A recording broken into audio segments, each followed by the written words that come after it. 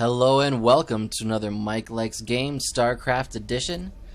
Today we have a best of 3 between none other than FXOpen's ASD and the red Zerg spawning in the top, Dimaga, the Ukrainian Zerg. We are not really sure what these three came from. They're both marked as being from BattleNet, but they're on GSL maps. This map is Metropolis, the huge macro map that a lot of people say favors the Zerg. And we'll have to see about the other two. So anyway, yes, this is the first of the 3, and we will see how it goes. I'm not sure if it was a sparring of some kind, or actually from a tournament. I don't believe it was, but we'll just have to see.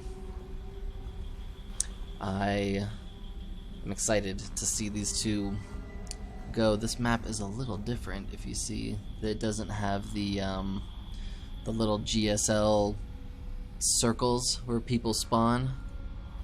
Those are not in this one, so no idea what that means. These maps are all so similar, but there always seems to be a difference that means something to somebody, but I usually can't make it out. Okay.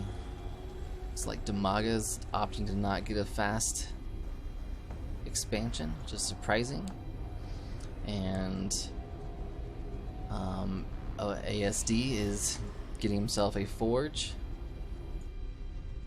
as is the usual. It's pretty standard against Protoss versus Zerg nowadays. Oh, and he left that sneaky pylon, so Dimaga is gonna go straight on down and grab his third instead.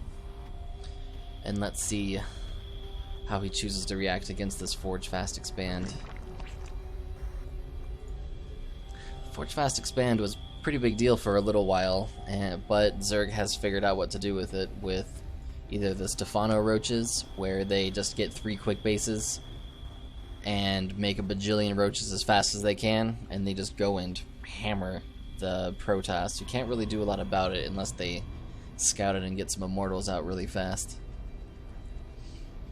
However, what's he got? He's got a probe here. Yeah, the probe making sure that that's the case. Making himself a proxy pylon. And Dimaga's just getting this pylon down. Oh, and there's another... Wait, where's this probe going? Oh, he just wanted to take a peek. And now he's running back for home. Oh, no, he's coming back again. The Zerglings don't quite see him. Oh, they do. Next thing will intercept the probe.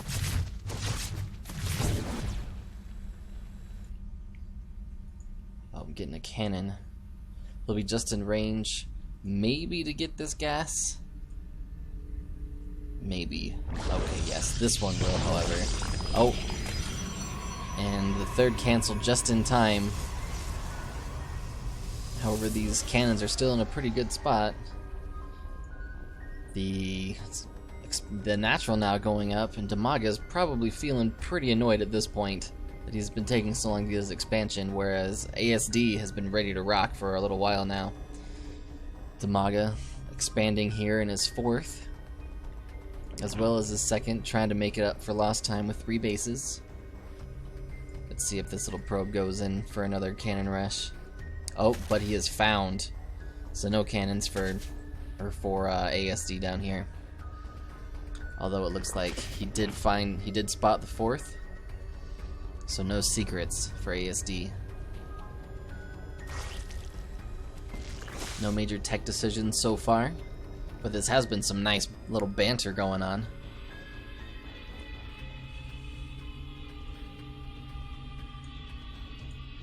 Oh wow, that probe is still alive. The Zerglings are doing their best to chase him down, but they're not going to be able to go much farther. And the probe is safe home. The Zerglings making sure there's no third, which is a good idea to spot, as ASD has had some good map control at the beginning of this match. ASD going ahead and getting a stalker out, so it's time for that Overlord to get out of the way before he gets shot down. Dimaga's finally up on the 3 bases that he wanted in the first place.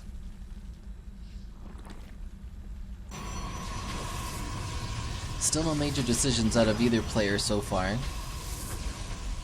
Looks like ASD is going for a Robo as his first building. We'll have to see what he wants to make out of that. If he's going...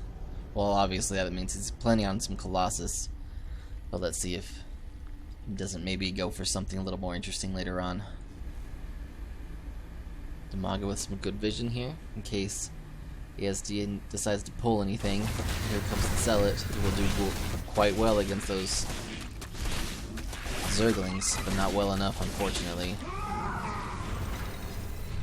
Some fancy micro on Dimaga's part.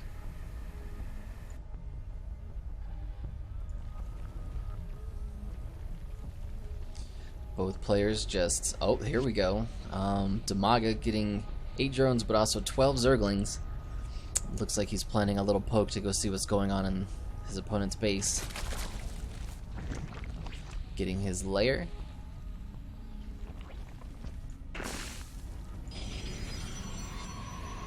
And now ASD grabbing 3 more gateways with 1 immortal out in case of roaches, or rather 1 immortal coming out just barely. There he is. Oh, and here's our first tech building from Dimaga, the Baneling Nest, if we can track it down. It's a macro hatch and the Baneling Nest right here. I am excited about Banelings, always have been. It's like Dimaga went ahead and grabbed that cannon, and these Zerglings are going out to see if there's anything else exciting to find. Let's see where they head to. A Baneling Nest almost done. The Speedlings getting in position. They'll be morphing soon. And a Warp Prism coming out for... Where's that Robo? Warp Prism coming out for ASD. And he now has... 1, 2, 3, 6... Okay, here it goes. A Sentry Immortal on 2 bases. Here comes the all-in. Dimaga, his Speedlings get caught off guard. They weren't able to morph into Banelings quite yet. This is something that we've been seeing recently where the Zerg player, in order to counter the all-in, they need to get lots and lots of Zerglings to attack before the all-in happens and for a quick counterattack. And they also generally need to get an early macro hatch, but I do not see one. Oh, here it is. There's the macro hatch. So, here comes the all-in. Let's see how it pans out. Dimaga has a good number of Zerglings, but maybe not enough. I'm not sure how Banelings are supposed to equate into this. Making him use up some force fields there, but warping in more Zealots. More Banelings on the way, as well as Ventral Sacks for drops for the Overlords. More force fields going up. Those Stalkers and Immortals getting all the free shots they want. And there's Zerglings coming in from behind, getting 1 sentry, but he'll need to get a lot more to stop this. This first base is in big trouble. Those Banelings doing almost no permanent damage. Here come the Overlords for the drop. Let's see the Banelings. There's 1, 2, 3, 4, 5, 6, 7. Awesome. I love me some Baneling drops. Focusing down those sentries. It was good, but it wasn't quite good enough. There's still 3 more sentries in that warp gate and lots of stalkers. Dimaga is losing a lot of Overlords, currently supply blocked and still going down. Here come the drones, and this third cannot be redeemed at this point. ASD sending just a few to clean that up, sending the rest in toward the natural. Here come a few more Banelings and a lot more Zerglings, but another good set of force fields, and they're forced to retreat. More units continue to be warped in. This is a very powerful timing attack, or rather all-in. And it looks like Dimaga does not have what it takes to stop it. ASD now at his front door with the Immortals, Sentries, and Stalkers, and Zealots running into his mineral line. We're gonna have to expect a GG pretty soon here. Cleaning up more Zerglings, more Banelings coming in, but only taking out 1 or 2 Stalkers. The macro hatch is down, making a drop in on the high ground, but when there were Zerglings ready, he was able to pull them right back up into the Warp Prism. The natural going down, and the GG from Dimaga, not being able to stop that 2-base Immortal Sentry all-in from Protoss. Congratulations to ASD, our Korean Protoss, and we will see you in Game 2.